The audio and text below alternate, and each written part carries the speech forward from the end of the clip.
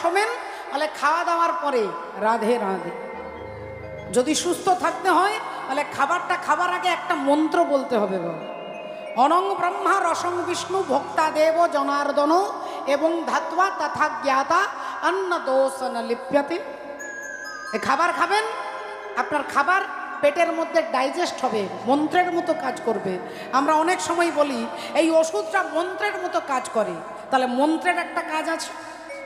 মন্ত্রের দ্বারা বড় বড় বিষধর সাপ যদি বশ হয়ে যায়, মন্ত্রের এমন একটা ক্ষমতা।